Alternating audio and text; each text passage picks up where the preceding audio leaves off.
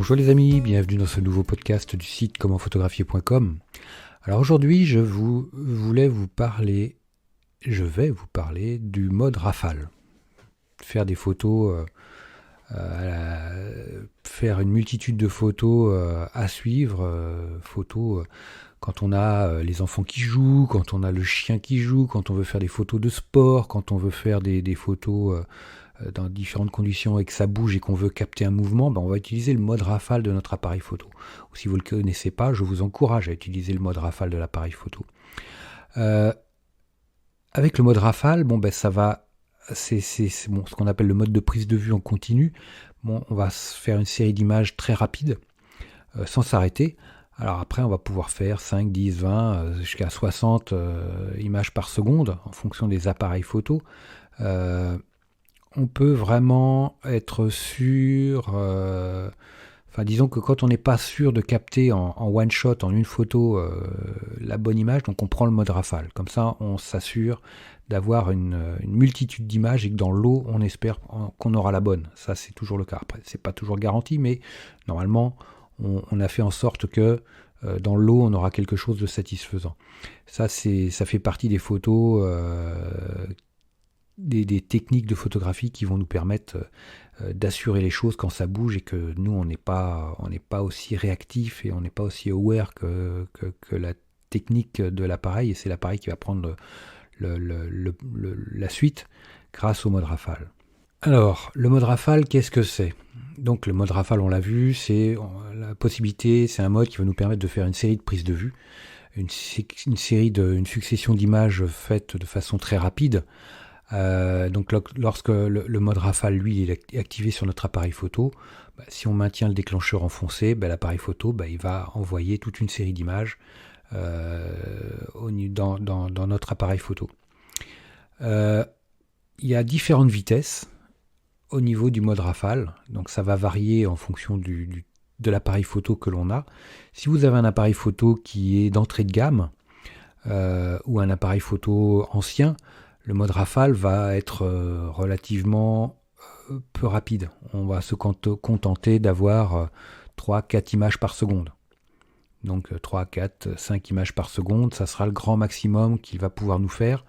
Donc ça sera le nombre, les rafales vont être quantifiées en nombre de photos par seconde. Donc là on pourra faire entre 3 et 5 photos par seconde. Après vous avez des appareils photo dédiés, des appareils photo haut de gamme dédiés pour la photographie sportive, et là c'est le nombre d'images en rafale, c'est quelque chose de beaucoup plus important. Donc on va pouvoir faire 20, 30, 60 photos par seconde. Il y a vraiment quelque chose de très puissant, et un nombre de photos vraiment très important que l'on va pouvoir faire pendant une seconde. 60 images dans une seconde, c'est énorme. Il faut voir que le nombre d'images par seconde va être aussi fonction de la taille et de la définition de l'image que l'on va utiliser. Si vous faites des photos en RAW sur du 50 millions, il est évident que vous n'allez pas faire 60 images par seconde. Alors ce qu'il faut bien comprendre, c'est que le nombre d'images par seconde que vous allez pouvoir faire va dépendre de la qualité et de la taille de l'image. Si vous avez par exemple sur votre appareil photo, vous aurez certainement différents modes rafale. C'est-à-dire que vous allez pouvoir faire beaucoup plus d'images en mode rafale si vous êtes en JPEG que si vous êtes en RAW. Parce que c'est une question de poids. Évidemment, si vous faites 10 photos par seconde en JPEG à 4 mégas, c'est 40 mégas. Si vous faites 10 photos par seconde en RAW, où on a 25-30 mégas, c'est pas du tout le même poids. Donc là, on est à 250 mégas. Donc de 40 à 250, ça fait 5 fois plus, quoi. Donc on est sur du poids, sur beaucoup de grosses différences. Donc vous aurez des modes rafale avec une capacité à faire beaucoup plus de photos si vous êtes en JPEG, et avec des modes où vous pourrez également réduire la taille de vos photos. C'est-à-dire si vous avez un 24 millions, vous pourrez faire du JPEG en 12 millions de pixels, et là vous pourrez faire beaucoup plus de photos, 10, 20, 30 images par seconde. Alors que si vous êtes en RAW, vous allez être vraiment réduit. Pourquoi? Parce que vous avez ce qu'on appelle la mémoire tampon dans l'appareil photo, c'est celle qui va stocker les images en attendant de l'écrire sur la carte mémoire. Et cette mémoire tampon, elle a une taille donnée. Autre chose également, c'est que ça va dépendre également de la rapidité d'écriture de votre carte mémoire. La mémoire tampon va avoir une rapidité une capacité de stockage, mais la carte mémoire qui est dans l'appareil photo va aussi avoir une vitesse d'écriture. Si on envoie plus d'images qu'elle ne peut en stocker, en rentrer, ben c'est pareil, ça va coincer. Alors quand on va atteindre les capacités de votre mémoire tampon, quand on va aller au-delà, quand on va envoyer trop d'images et que ne peut traiter la mémoire tampon, qu'est-ce qui se passe? C'est pas compliqué, c'est que l'appareil photo va s'arrêter de vous donner la possibilité de faire des photos. C'est-à-dire que vous allez appuyer sur le déclencheur et il ne se passera plus rien. Et vous verrez que souvent il y a une petite LED, il y a un petit voyant qui va être allumé et qui va vous indiquer que l'appareil photo est en train de gérer un peu tout ce qui a été fait. Et vous allez être obligé d'attendre que l'appareil photo ait fini de traiter, que la mémoire tampon ait fini de traiter toutes les images et fini de les envoyer vers la carte mémoire. Une fois que tout ça sera fait, vous pourrez à nouveau refaire des photos. Donc c'est à vous de voir, de tester les capacités de votre mémoire tampon. Donc c'est pour ça que attention à ça, ne commencez pas à shooter trop tôt. Parce que j'irai par expérience, quand on est débutant, souvent quand on a un événement à saisir en mode rafale, on a envie de bien faire et de rien louper, donc on a tendance à partir un peu trop tôt. Ce qui fait que votre mémoire tampon sera saturée, l'appareil photo arrêtera de faire des photos quand ça sera le moment d'en faire justement. Parce que vous êtes parti trop tôt et que vous avez saturé votre appareil photo trop vite. Donc c'est là où il faut vraiment être pile poil juste avant l'événement que vous voulez capter pour que la rafale se fasse et que l'événement se situe dans la rafale avant que la mémoire tampon se bloque l'ensemble. Ça c'est vraiment important. Après, si vous avez un appareil photo spécial dédié pour la photo de sport, là vous allez avoir beaucoup plus de confort, vous pourrez faire beaucoup plus de photos. Et vous aurez un problème de mémoire tampon qui sera beaucoup plus tard. Donc le confort sera beaucoup plus important. Alors quand est-ce qu'on va utiliser le mode rafale sur notre appareil photo? Alors évidemment, en toute logique, on peut laisser le mode rafale sur notre appareil photo activé, mais je pense que c'est pas une bonne idée. Parce que bien souvent, on n'a pas besoin du mode rafale. Et je dirais l'inconvénient du mode rafale, c'est qu'on va avoir une multitude d'images qui ne serviront à rien. On va saturer nos cartes, on va remplir, prendre de la place sur nos disques durs, prendre de la place sur nos cartes d'une façon, je dirais, inutile. Donc d'être en permanence en mode rafale, ça n'a aucun sens. C'est pas une bonne idée. En plus, si vous faites systématiquement du mode rafale, si vous faites, par exemple, pour une photo, vous faites 7-8 photos, alors que vous avez besoin que d'une et qu'une aurait suffi, vous allez également, il faut penser à une chose qui est non négligeable pour vous encourager à ne pas utiliser le mode rafale en permanence, c'est que l'appareil photo, c'est un peu comme une voiture. La voiture, on va juger on va juger de la vétusté de la voiture en fonction du nombre de kilomètres qu'elle aura fait. Un appareil photo, on va juger ça en fonction du nombre de déclenchements qu'il aura fait. Donc si vous utilisez le mode rafale en permanence et de façon inutile, vous allez fatiguer votre appareil photo de façon prématurée et vraiment inutile. Donc faites bien attention à ça. Évitez d'utiliser le mode rafale quand c'est pas adapté. Alors maintenant, le mode rafale, quand est-ce qu'on va l'utiliser? À chaque fois, par exemple, pour de la photographie sportive. Dès qu'on va avoir besoin de capter un moment qui va aller très vite, mais qu'on ne sait pas quand est-ce que ça va arriver. Par exemple, si on a pendant un match de foot ou un match de basket, on va avoir des moments où il n'y a pas forcément d'action, où on va faire de la photo, je dirais, normale, entre parenthèses, mais on sait que ça va s'accélérer, on peut avoir un but, on peut avoir un tir, on peut avoir un panier au basket. Donc le mode rafale sera intéressant parce qu'il va nous permettre de faire une série d'images pendant une action donnée et on va pouvoir capter quelque chose, on aura plus de chances de capter la bonne action, alors qu'en règle générale, il peut y avoir des longueurs entre chaque, quoi. Donc là, le mode rafale va être vraiment utile pour de la photographie sportive. Le mode rafale sera également très utile pour de la photographie, par exemple, photographie animalière. Quand on va photographier ses enfants, quand les enfants jouent, quand eux font du sport déjà, quand on a nos animaux de compagnie, qu'on leur balance un bout de bois, quand on veut faire des photos, qu'on leur balance une balle, quand on veut les photographier. Donc on peut on peut utiliser parfaitement le mode rafale pour ce genre d'événement. On va pouvoir utiliser le mode rafale pour les photographies animalières, tout ce qui est animaux, mammifères, oiseaux, peu importe. On va avoir besoin du mode rafale parce que les animaux peuvent être très rapides et ils peuvent partir d'un seul coup ou arriver d'un seul coup, et donc là on va avoir besoin d'une rafale pour capter le court moment où on va avoir quelque chose quand on va les voir. Donc on va essayer de capter un maximum d'images. Si on veut faire, par exemple, quand on a un événement familial, le mode rafale peut être intéressant, par exemple, quand on va souffler les bougies d'anniversaire.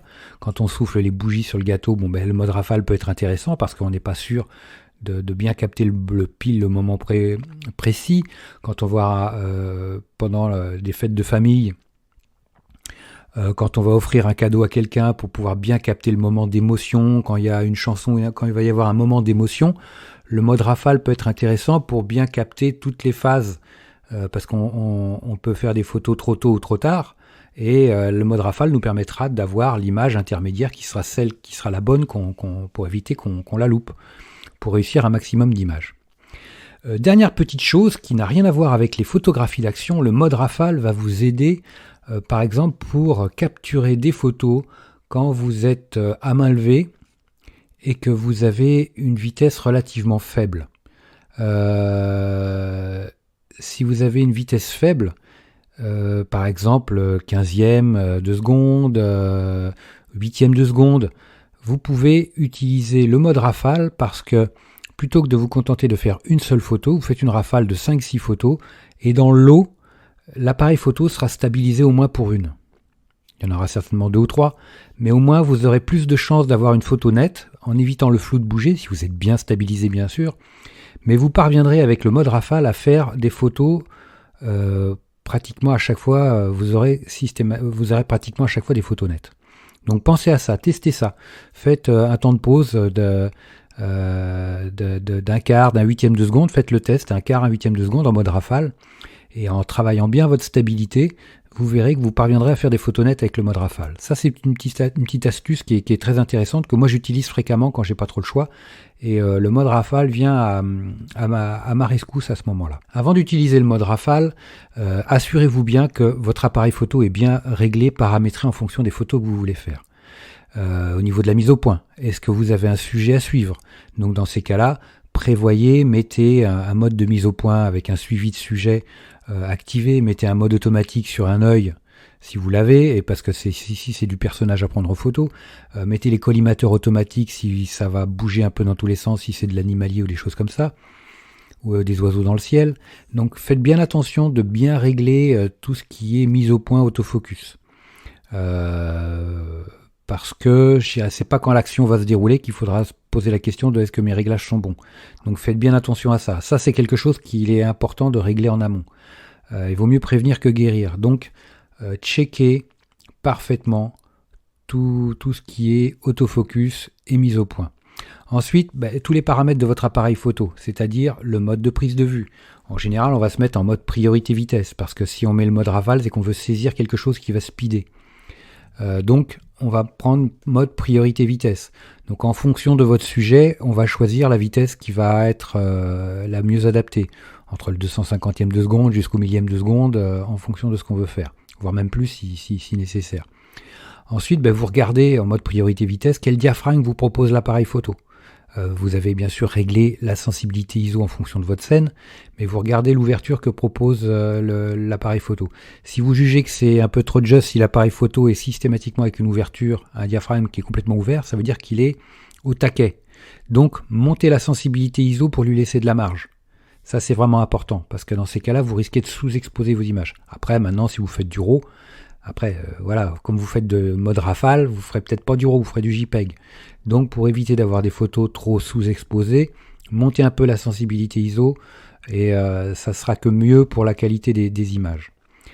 Donc vraiment faites attention à vos paramètres, la vitesse, la mise au point, ça c'est quelque chose d'important, et la sensibilité ISO, et faites des tests avant, si vous pouvez. testez pour voir si vous avez les bons choix de paramètres, voir s'il n'y a pas de soucis, si l'appareil photo, combien de photos il fait. Déjà testez un peu pour voir pendant combien de temps l'appareil photo va pouvoir faire une rafale. Si vous faites une rafale, si vous faites vos rafales pendant 2-3 secondes, ok, ça vous donne un ordre d'idée. Donc comme ça vous permet de savoir pendant combien de temps vous allez pouvoir faire des photos et à partir de quand la mémoire tampon va se bloquer. Donc c'est à vous d'anticiper mais c'est vraiment important de tester en amont.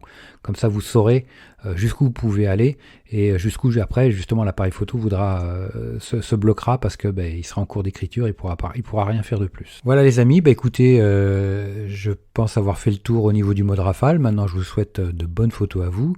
Si vous me suivez sur YouTube, écoutez, abonnez-vous à la chaîne, moi ça me fera super plaisir. Laissez-moi un petit like, moi je vous like super fort les amis. Si vous êtes sur d'autres plateformes de podcast, écoutez, laissez-moi plein d'étoiles, un petit commentaire si c'est possible, ça me fera plaisir également. Et puis je vous dis à très vite pour de prochains podcasts. Ciao. Dernière petite chose avant de se quitter, si ce n'est pas déjà fait, je vous encourage à faire partie de ma liste de contacts pour bénéficier de conseils quotidiens, d'astuces photographiques, de choses vraiment utiles et intéressantes à connaître, à savoir, ou à se faire rafraîchir la mémoire sur certains sujets. Il y a toujours un intérêt à avoir un petit lien entre nous au niveau quotidien. Il y a aussi quelques réclames commerciales, je dirais, de temps en temps.